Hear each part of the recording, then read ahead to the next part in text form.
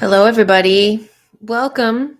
If you're here, please say hello. I'd like to know you're here. And I'd love to hear your thoughts in the chat as we continue this discussion. Obviously, I'll wait until people have a chance to join us because I am a couple minutes late. But I hope you're doing well. And I wanted to talk about this particular subject because it is something that's taken over the news, the airwaves, if you will, with this news of the Justin Baldoni versus Blake Lively lawsuit, which is mirroring what happened with Johnny Depp and Amber Heard.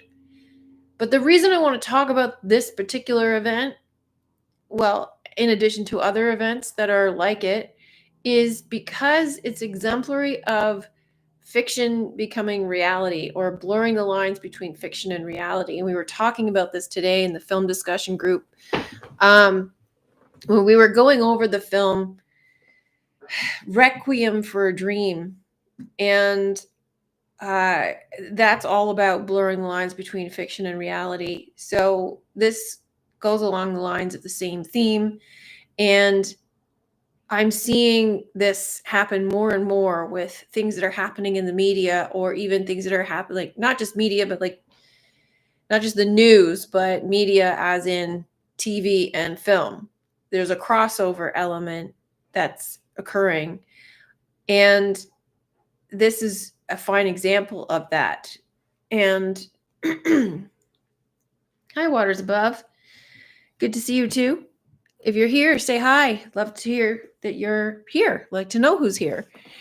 So the crossover element from the film, it ends with us. If you haven't seen the movie, I'm sure you are aware that this movie is about a woman who is in an abusive relationship. And there is a sort of an illusion aspect to this story. I won't say too much, but there may be spoilers if you don't want to be spoiled.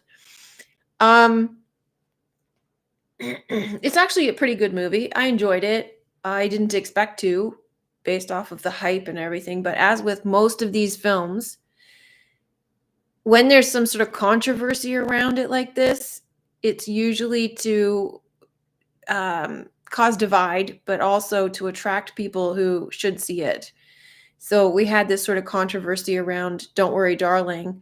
And so that too was an example of film becoming reality, and how there was this sort of tension and hostility in that environment. I don't know the details too much about that, so I won't talk about it. But I'm seeing more and more how the media is spilling over into what we call reality. And in the case of this story in particular, what has happened is Blake Lively has told a tale of Justin Baldoni crossing boundaries and sexually harassing her.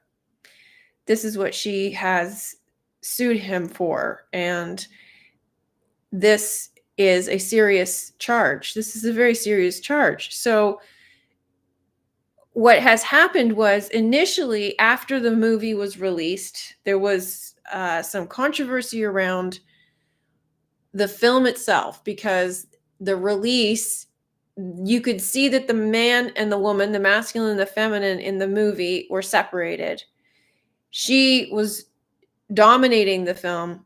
She was acting like she was a producer of the film, which she was only in name only, but she was acting like she was a producer in a role or purpose. And she took over the film as director as well. She was directing him. She was taking over the editing room. She had final cut. So there were a lot of crossing of boundaries from her part. But at the point when the movie was released, there was a lot of controversy around what had happened on set, because they were not together. They were separated. So she was appearing at the premiere with the cast and the crew, whereas Justin Baldoni was told to be on his own. He was relegated to the basement and his own premiere. He was supposed to be the director and producer of the film. It was his film. He owned the rights to the story. So what we were seeing was the complete opposite of that, of what was reality. And this was all Blake Lively's making. So if you're here, say hi. Let me know you're here. And I'd love to hear your perspective on this. So yeah, like, so she had control of the narrative at this point. And from what I have heard, so this is all hearsay, but from what I have heard from what's coming out about this story is there were a lot of rumors on set about Baldoni being inappropriate with Blake Lively and causing tension and causing an uncomfortable environment and people wanting to stay away from him. So this sort of thing had bred and spread across the set. And so there was a bit of an element of, well, what's reality? What's really happened? What's going on? Because he's worked on other sets where this wasn't a factor for him. Hi, Cosmic Hillbilly. So this wasn't a factor for him. He was actually highly regarded. He had worked on very feminine, dominant sets before, like Jane the Virgin.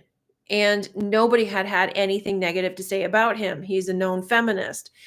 And he speaks publicly about his feminist perspective. He also helps a lot of people who are in vulnerable positions. He makes movies about people in vulnerable positions. So he has a reputation for being the opposite. So when the charges came out from Blake Lively, it was at this point where he was sort of painted as a saint or ish before this film, and this film was starting to tarnish his reputation. But what also happened was Blake Lively's reputation was tanking because at the same time, coincidentally, all of this footage had come out about her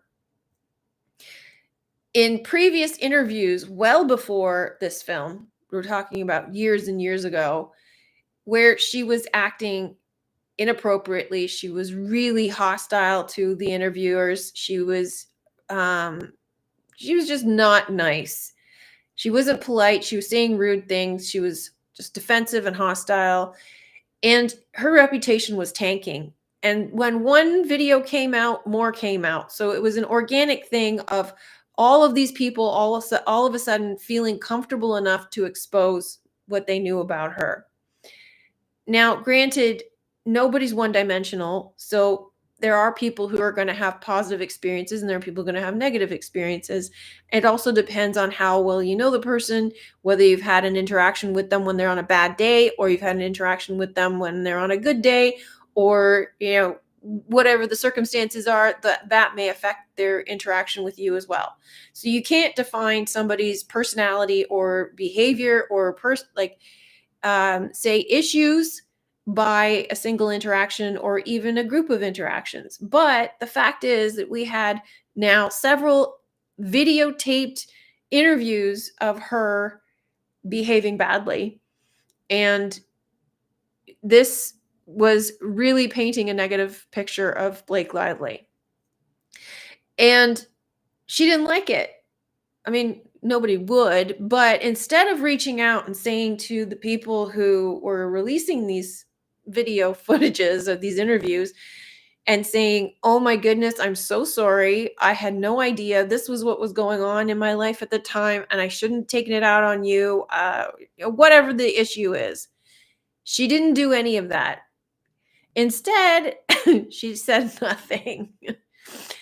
And she assumed that this was a smear campaign on the behalf of Justin Baldoni. So what had happened behind the scenes was Justin Baldoni was preparing to launch a smear campaign, but actually did not execute it because this was happening organically anyway. I mean, this in itself, to me, is something very fascinating because if Justin Baldoni was preparing some sort of smear campaign against her because of what had actually happened on set at the time, because he knew something was coming. It was a defensive move, but he was holding back because of what was happening organically. What is happening organically for this to come out? Because we're seeing a lot of these Hollywood celebrities get exposed right now. The truth is coming to light. And the fact that this happened organically without him having to do anything, what that says to me is, because he's actually a good guy, and all of these rumors and the smear campaign that Blake Lively has put out, and uh, and the lies that she's told about him and his behavior, the truth is coming out organically because the lies are no longer tolerated in this environment. The frequency is changing. So, whereas before something like this would have been able to have remained hidden, now it's not possible. From the Johnny Depp Amber Heard trial, we've already been through this. Anybody who was paying attention to the Johnny Depp Amber Heard trial saw the evidence, knew what was really going on, and knew that the perpetrator was actually Amber Heard. But there are still people who are believing the lie and who are falling for the spell and allowing her to dictate their perception of reality. So these are the people who I would say fall into the nose ring camp, the crazy leftists who are believe all women no matter what. They don't want to actually look at the evidence or look at the truth or face their shadow. They are just believing whatever is perpetrated in whatever they want to believe. Basically, whatever agrees with their perception of reality is what they want to believe. And so the whole concept of believing just, Amber Heard, siding with Amber Heard, they deny the facts, they deny the truth, they deny the evidence, they deny what's presented to them in front of them in a court, and they will mentally twist it so that it fits their perception of reality instead of allowing the evidence to change their perception of reality. They're so rigid in their thinking that they would rather believe the lie. So we're having this sort of juxtaposition of the two extremes, which is a result of the flip-flop. It's a result of things changing. So before, we were comfortable with the lie, and now we have to move into the truth, or you get trapped in this mind prison that is going to tear you apart. So this truth is rising because there's no escaping it anymore. We can't hide from it. And that's why we have like the P. Diddy stuff coming to light. That's why we have the crooked politicians coming to light. That's why Donald Trump is in power, because he is facilitating the release of the truth. So the other day I released a video about Labyrinth, and in that movie they talk about the red and the blue, and one of them always tells the truth and one of them always lies. However, the blue says one of us always lies and one of us always tells the truth, and the red is actually supposed to be telling the truth. Therefore, the blue is lying. So who's actually lying and who's actually telling the truth? Because if he always lies, then saying that is actually a lie. So we're in the situation where we have the red versus the blue. And this is what Blake Lively and Justin Baldoni represent: the left and the right, the red and the blue, the masculine and feminine, the JB, Joaquin Boaz, Justin and Blake. And so people are divided yet again, just like Johnny Depp and Amber Heard. They're divided between the believe all women or believe the truth. And we have this smear campaign that Blake Lively started as a result of her warped perception of reality, that she had to twist the facts in order to make it fit her perception, because this is what she wants to believe. She wants to believe that she's a victim. She wants to believe that this person has made her a victim of harassment, because similarly to I don't know if you saw this, but on Love is Blind, there was a character, well, there was a woman on, I think, season 5 or 4 or 5, Zenab, who thought very much the same way as both Amber and Blake, where she interpreted what was said by her partner as an attack on her physical form, that she was heavy, because that is an inner belief that she has, is that she's not good enough and that she needs to lose weight. So she's very sensitive about her physical appearance. And so any reference to food or anything she takes as a personal slight about her needing to lose weight, when in reality, he never said anything that was like that. So there was a distortion. There's a distortion of reality. And that's what's happening here. She's distorted reality, and she's crafting it so that it aligns up with her version, because it has to line up. She's refusing to actually look at what has happened and changing her perception. She's changing the reality to fit her perception. And we all do this to some extent, because we have a story, and this is like an evidence of crafting. This is evidence of crafting a story in our mind and living within the confines of that story and refusing to see anything outside of that story. And so when you're suffering from some kind of, well, let's say mental illness, not to say that she is, but when you have a mental distortion. You're not seeing things clearly. And so instead, you perceive things as attacking you or distortion, or you see them as fearful. So there's the varying degrees of distortion. And so in this case, Blake filed a lawsuit against Justin Baldoni, saying that he was inappropriate on set and was sexually harassing her, making statements about her weight. He was walking in on her in her trailer. There's all sorts of examples that she gives with evidence. However, it was distorted evidence. But because she released it with evidence, all of a sudden, the tide turned and started to support her. So we have, I don't know, is there, it looks like there's a lag here. There's like a lag in what's,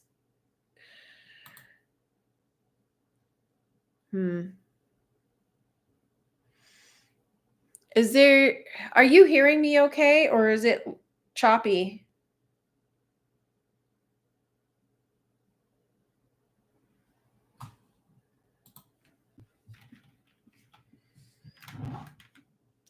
Are you hearing me okay, or is it coming across badly? Looks like there's a lot of interference on my end. Somebody tell me in the chat.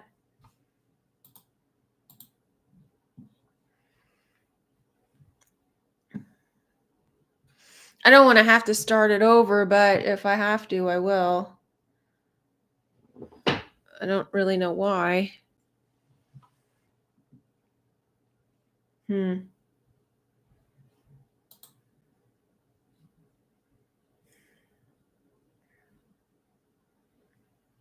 A little lag. Thanks, Louise. Okay, I'll go a little bit longer and hopefully it corrects itself, because it was fine in the beginning. Is it bad? Only with the picture, not with the voice. The voice is coming in fine. Okay, thanks, Louise. So I'll just keep going. I apologize. I don't know what's going on. So it sounds great. Okay, thanks, Cosmic Hillbilly. So what happened was, in the movie, there was an illusion over whether or not this was abuse, and her vision or interpretation of it was warped. And then, oh, good, we're back. And then afterwards, when she looked at it in hindsight, it appeared that it was abuse. So here we have the situation where this comes from off the screen into reality, because Blake, being on set, she was having these experiences, and then at some point within the production, she said that she didn't want this sort of thing to happen anymore, and she laid out a list of rules of things that she didn't want to happen. And it's possible that it got out of hand and out of control, and people just wanting to believe her, this spread across over the production, over the cast and crew, and that's why people were ostracizing him, because people take these sorts of accusations seriously, and they should. But when people make stuff up, it taints it. It makes it questionable, and then you no longer feel that you can just believe anybody for saying this sort of thing. Yeah, she was the abuser and he was the victim. I agree with you, Louise. And she basically concocted this story, taking things out of context, using this evidence, which was cropped and twisted to fit her narrative. And it swayed people's opinion of what had happened, people's opinion of her and people's opinion of him. And a lot of people went to defend her. And then Justin Baldoni came out with a countersuit with evidence saying, hang on, this is taken out of context. That's not what happened. And here's the full text message. Here's the full video. Here's the, like, all of the things that she cited, he revealed more. And it's the same sort of twisting that happened with Amber Heard in taking things out of context, twisting them to suit her narrative because she has a warped perception of reality. And Blake Lively seems to have the same warped perception of reality. So obviously, I don't really know what's going on with Ryan Reynolds, what his deal is, but obviously it's his wife, so he's going to defend her. But the two of them at the moment seem to be very toxic, and it's ugly. So here we have yet again another twist in the story.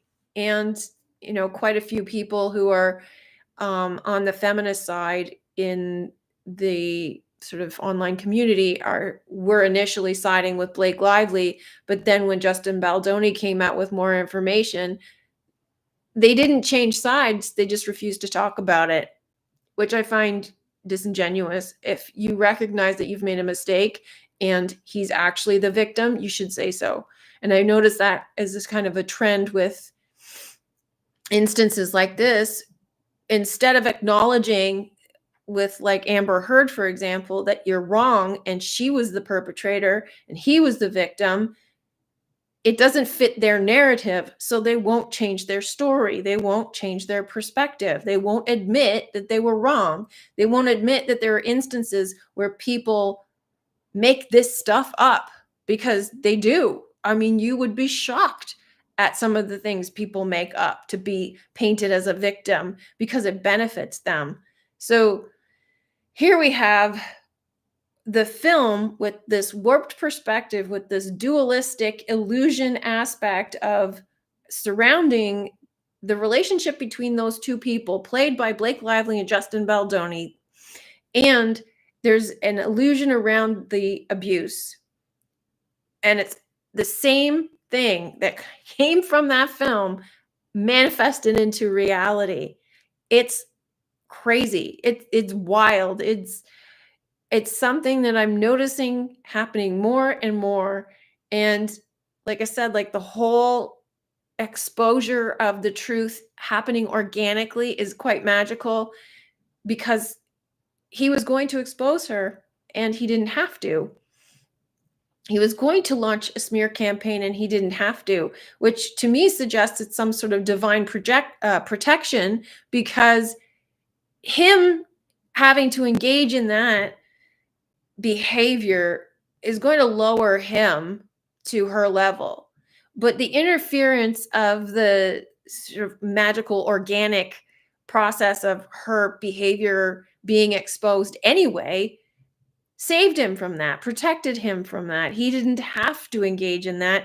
And it was kind of like a miracle that it happened naturally. And that's why she couldn't believe that that's what happened. So she believed that he was the cause of it, which is understandable, really. It is understandable that, well, how could this just happen coincidentally right when I was launching a smear campaign against him? How could this have come out just by coincidence? Well, it's not really by coincidence, because that's the phase that we're going through in this energetic shift, this reality shift. His first case against the New York Times is against the New York Times. Yeah. And she used her celebrity and the allegations. And the allegation is that they went with her story without getting his side. His second suit is against Blake Lively and Ryan Reynolds. Exactly. Yes, I agree with you, Louise. Thank you. And yeah, the New York Times, I didn't read the whole article, but I did hear about it. And the New York Times wrote an article from Blake Lively's perspective, and they used her evidence, and they didn't bother to verify the facts. They didn't bother.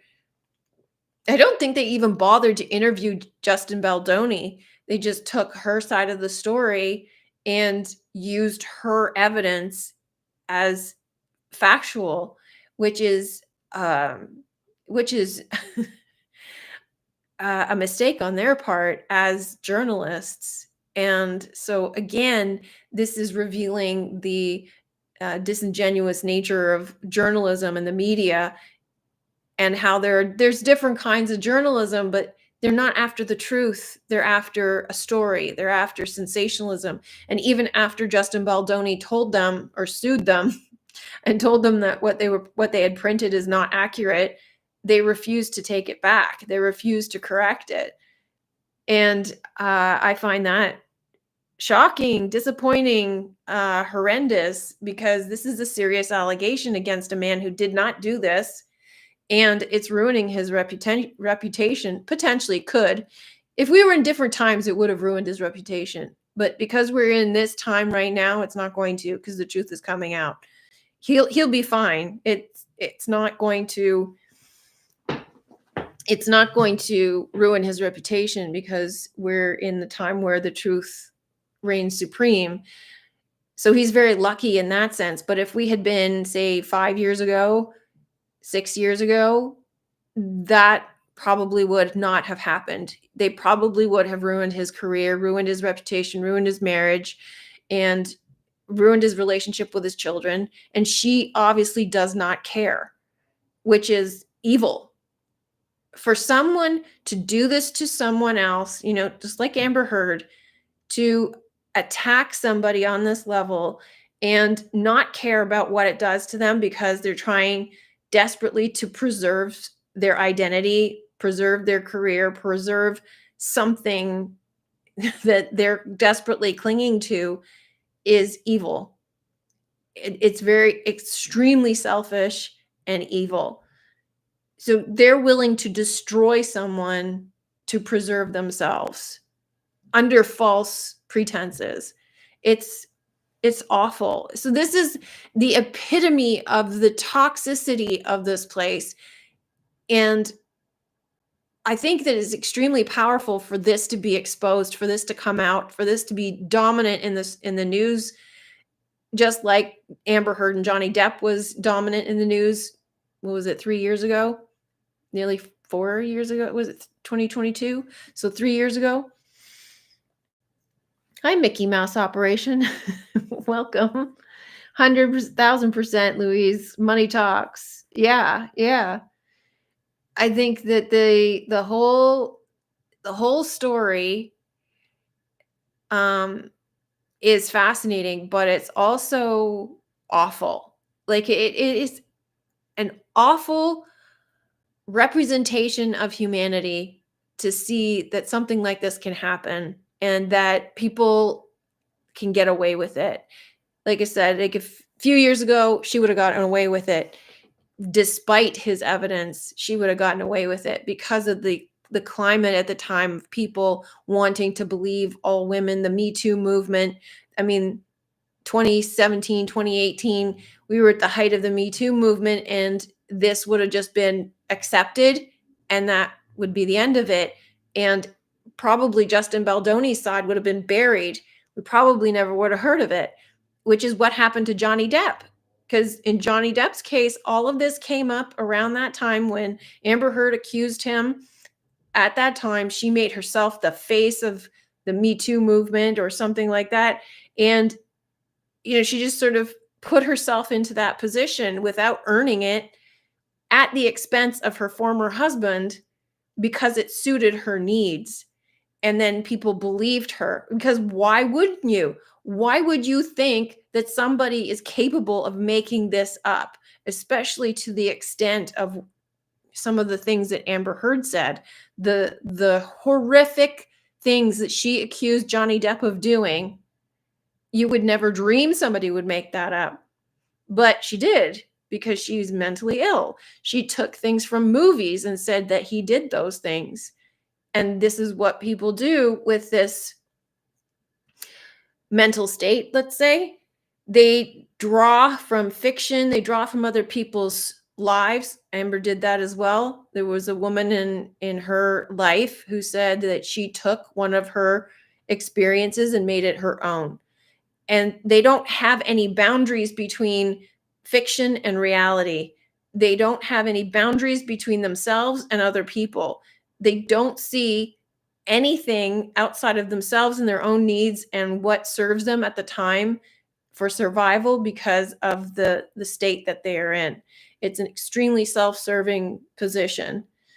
And but it's fascinating to me how that story materialized in reality. And it's a little different from what happened with Johnny Depp because Johnny Depp's case with Amber Heard was the first time that I noticed how the reality was portrayed in the media. And that's when I noticed that he was literally going through the movie that he was in the year, I think it was the year before he met Amber Heard, which was Dark Shadows. Everything that happened and came out in that lawsuit was mirrored in that movie, Dark Shadows. And that's what led me to recognize that we can't escape our stories. We can't escape who we really are. And Johnny Depp was literally living Dark Shadows with Amber Heard.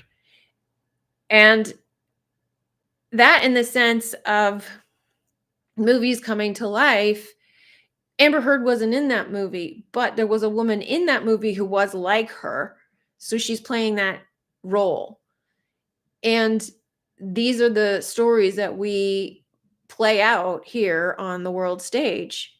So it's very similar, but that movie happened well before, only applied to Johnny Depp. But this movie happened immediately before, and both of these people were in that movie, and they're literally playing out that film in reality. It's so strange. So I've been talking the whole time, but I want to hear what you have to say. Like, what have you picked up from this story? What fascinates you about it? Other examples of reality and fiction coming to life. One other example that I've been noticing that they blur the lines between fiction and reality, or it's not even fiction, it's TV. But Love is Blind is another example. And this is done, I think, more deliberately because Love is Blind being a reality TV show, they carry that show into the real world. So the show doesn't end on television. The audience gets wrapped up and engaged in their story through social media, through people talking about their story on social media, through them engaging in the dynamics of what's happening on screen and explaining it from various perspectives like psychological, relationship advice, therapy advice, this sort of thing. And then the audience goes to the social media of the participants in the show and starts interacting with them, thereby pulling them into reality. So the line between the TV show and reality is gone, and there's crossover there. And this is really why these people are going on the show, because they want what comes after the show, where the fame from being on the show affects their personal life, their real life. So, and oddly enough, this goes back to the film we were talking about in the film discussion group today, Requiem for a Dream, because the mother in that movie, Sarah, wants to be on TV, and she gets a phone call saying, "Oh, we want you to be on TV." And so her whole purpose for being after that point is to get on TV. She just has to know when. And that's the start of her decline into madness, basically. So her her story ends up also blurring the lines between fiction and reality, that she's literally put into this TV show. It literally blurs the lines until you can't see them anymore in a very toxic way. Blake always gave mean girl narcissist vibes to me. Dawn Diva, the godmother. Thank you very much for your comment. Don't know why she was held to a certain standard, but now as things are coming out, everything is getting revealed and making sense in plain sight. Indeed, thank you very much. She did, yeah. And I was a big fan of Gossip Girl back in the day when it was super popular. And I liked her character, Serena, and oddly, I felt like Serena was portrayed as a very like a softer version of her friend. I forget now the name. B. Oh, I forget her name now. Her dark-haired friend was a little bit more harsh. She was a little bit more assertive, and whereas Blake's character was a little bit more laid back. However, there were sort of subtle undertones of not such a nice person underneath. And then many of the roles that she plays is this sort of a very powerful woman. Even like Sisterhood of the Traveling Pants, she has a huge amount of confidence, and I think that stems from ego, not necessarily self-love or genuine confidence. It's this sort of borderline arrogance. And there's a few stories that I've heard about how she behaves in real life, where she sort of puts the crown on her head, whether it's deserved or not. And in an authentic way, where you love yourself and you are confident in yourself and believe in yourself, and you're not like nasty or mean or excluding other people or like trotting on other people and destroying other people, that confidence is deserved. That confidence is it's a birthright for all of us, to be proud of, like, not proud so much, but like hold yourself high and love what you do and what you are, and radiate and shine. That's probably what is coming across in a lot of ways from her. That is admirable. However, it's a falseness. It's not truth. And that's why it's crumbling now, because she's built it on a lie. So, yeah, that's a very good point. Blake compared herself to Khaleesi from Game of Thrones. That should tell you all you need to know. Well, It would if I knew who she was, because I have not seen Game of Thrones. I think I watched the first episode, and I don't know any more than that. But I think is Khaleesi the princess or the blonde princess or something? Um, so I apologize. You're gonna have to tell me a little bit more about it and elaborate. Khaleesi is mother of dragons. Okay. Still doesn't tell me enough. But I guess she's in a power position, a position of authority, I guess is what you're telling me. She's the power 41 with the who has dragons that are so power 40. She's the power 41 who has dragons that are her minions or flying monkeys. Okay, flying monkeys. So it's like the Wicked Witch of the West in Wizard of Oz. Coco, hello.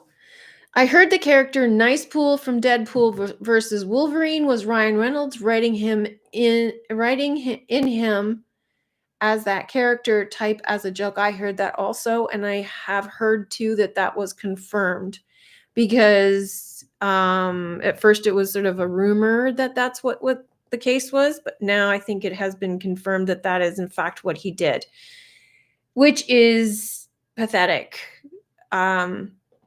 First of all, like, to stoop that low, like, why? I mean, on a public platform too, like, to make the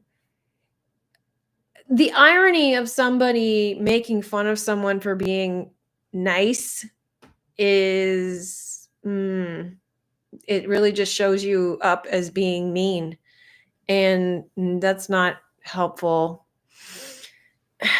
for anybody, really. And I saw Deadpool versus Wolverine. I was personally disappointed in the film. It had potential, but I didn't like it. But yeah, like the nice pool character, yeah, it was, I guess you could say it's kind of like Jesus getting crucified and beat up and made fun of by the devil or something. You know what I mean? Oof. Yeah. Um yeah, it's interesting. So there was another example of this crossover. Um see if I try to remember. I know too, like, I guess in a general sense, you could say things like Superman, the Superman curse. I mean, Superman's my favorite movie. Like, it's one of my favorite movies. I think Superman, the 1978 film, was the first film I ever saw in the theater. So it was just like this magical moment. Plus, it was Superman, which was a great movie. Plus, it was Christopher Reeves. So I really loved the idea of Superman and the story behind it. And, now I'm well aware that it's just the Jesus story. So it's no wonder that it really resonates, because it is such a profound truth.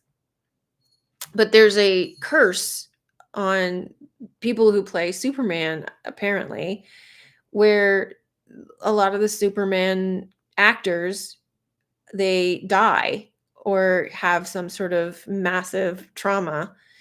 And it's almost like a leveling out sort of thing. It's like, okay, you played the superhero Jesus or Superman, and now you have this, I guess, humbling moment or something. It's kind of strange, but in a way that's kind of like a crossing over. It's not as literal as these examples. Um, but yeah, like I was saying, like, Don't Worry, Darling, there was a crossover. And I don't know, anybody have any other ideas, any examples of the crossover? Because I did have one, I can't remember it right now. But so yeah, like this whole example of it ends with us. I didn't do a decode on the movie or anything because it's a pretty straightforward film. I'm sure there are hidden codes in it and everything, but the meaning of, like, it ends with us. I don't know, is it okay if I spoil the film? Because, like, the story of the film is about, it's supposed to be a love story, which is what Blake Lively was focusing on in the promotion, whereas Justin Baldoni was focusing on the toxic relationship and the abuse that needed to be highlighted, because this is what he does. This is what he focuses on in his business, and probably what attracted him to the story in the first place. And the where was I going with that? Lost my train of thought. Uh yeah, like the film, the story is supposed to be a love story, but it's tainted.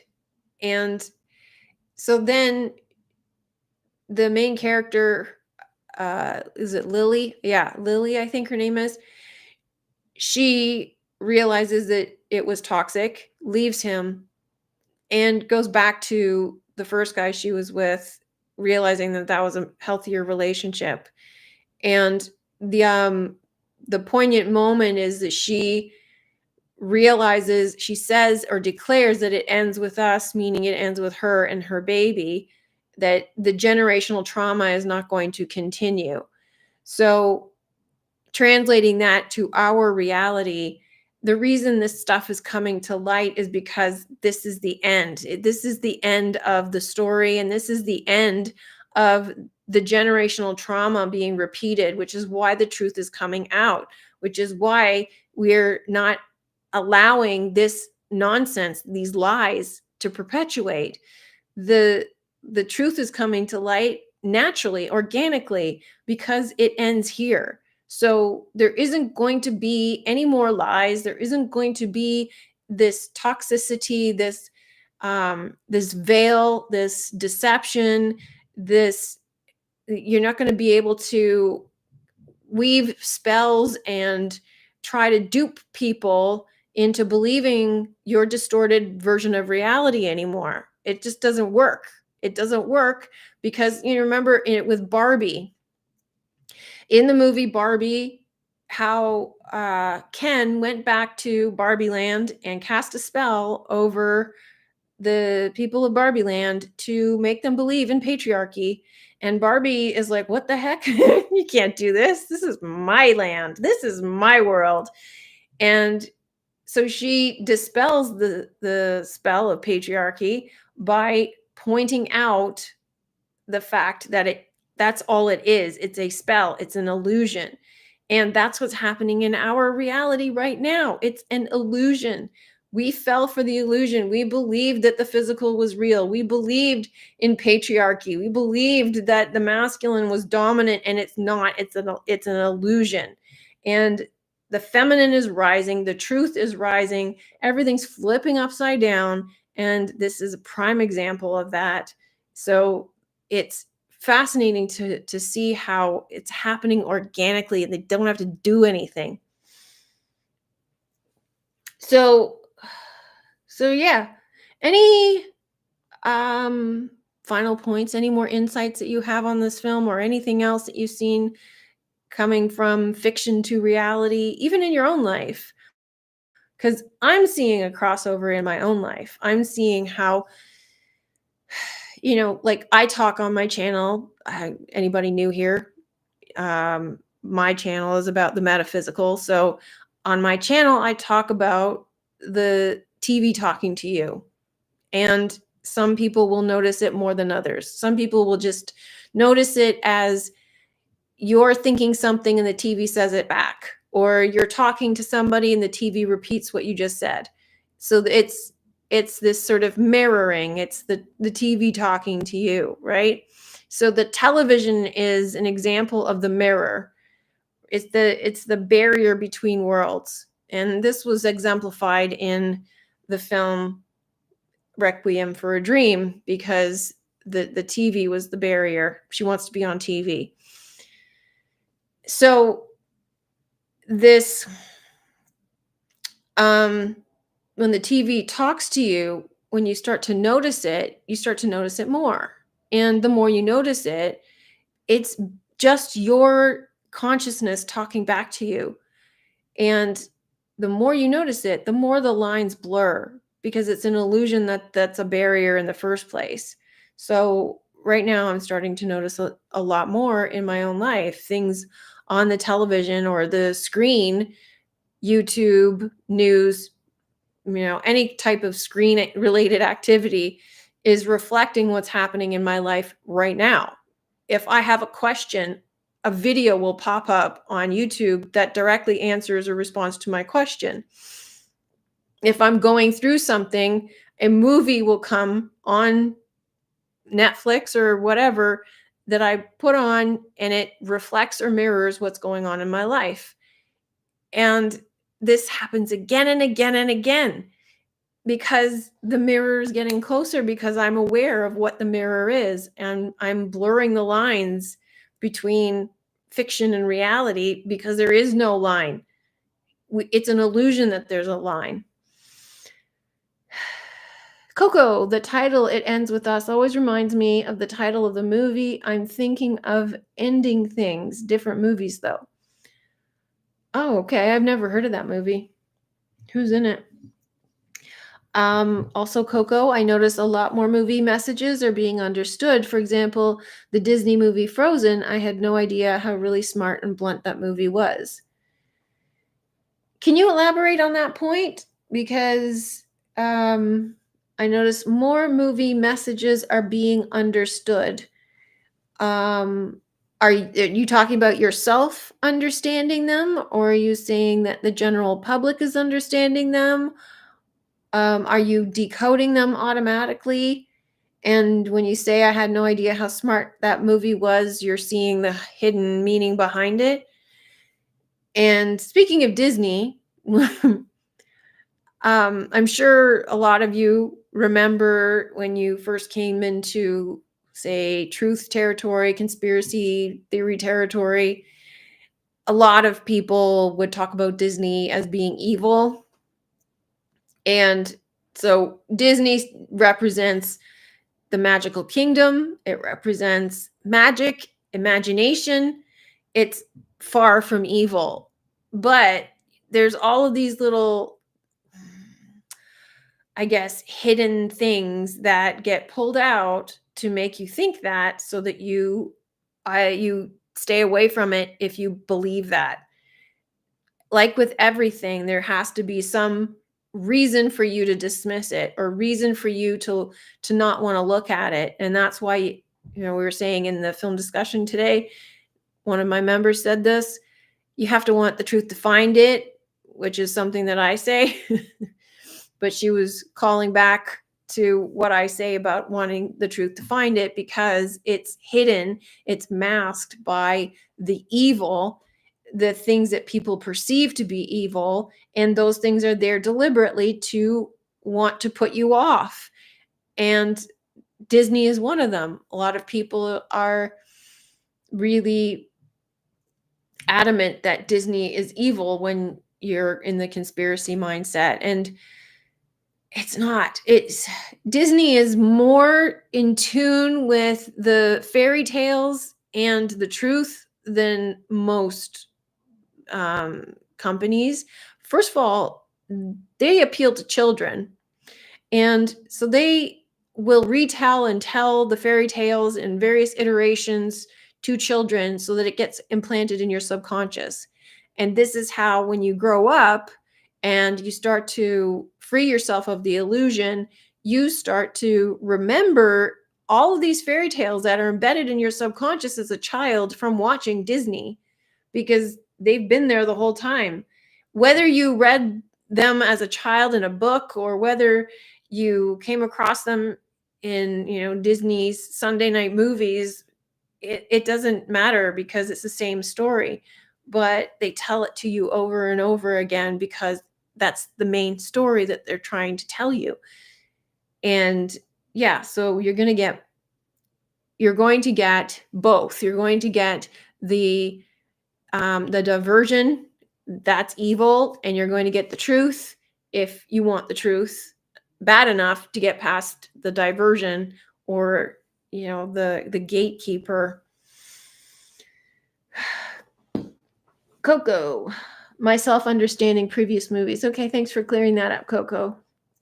For example, with the Frozen movie, the first song is about ice, but what it's actually about is the heart. Oh, cool. I don't think I've seen Frozen. Yeah, I don't think I've seen Frozen. Musicals put me off. I don't like musicals. But I don't know. Maybe I'll watch it sometime. So, okay. Well, I hope you enjoyed this live chat. If you did, give it a thumbs up. And if you want to join us in our film discussion group, it's every Sunday at 10 a.m. And on Saturdays, we're discussing Severance every episode, every week. On Saturdays at 5 p.m. in the Discord as a member. You have to be a devoted or committed member to join the discussion, or you can, if you're an infatuated member, you can watch the recorded sessions. And we break down movies of your choice from an esoteric perspective. It's incredibly helpful in practicing decoding and unlocking your hidden truths within you and remembering who you really are and remembering the one story. So hope you join us, and I will see you next week. Thanks for listening, everybody. Have a good week. Bye.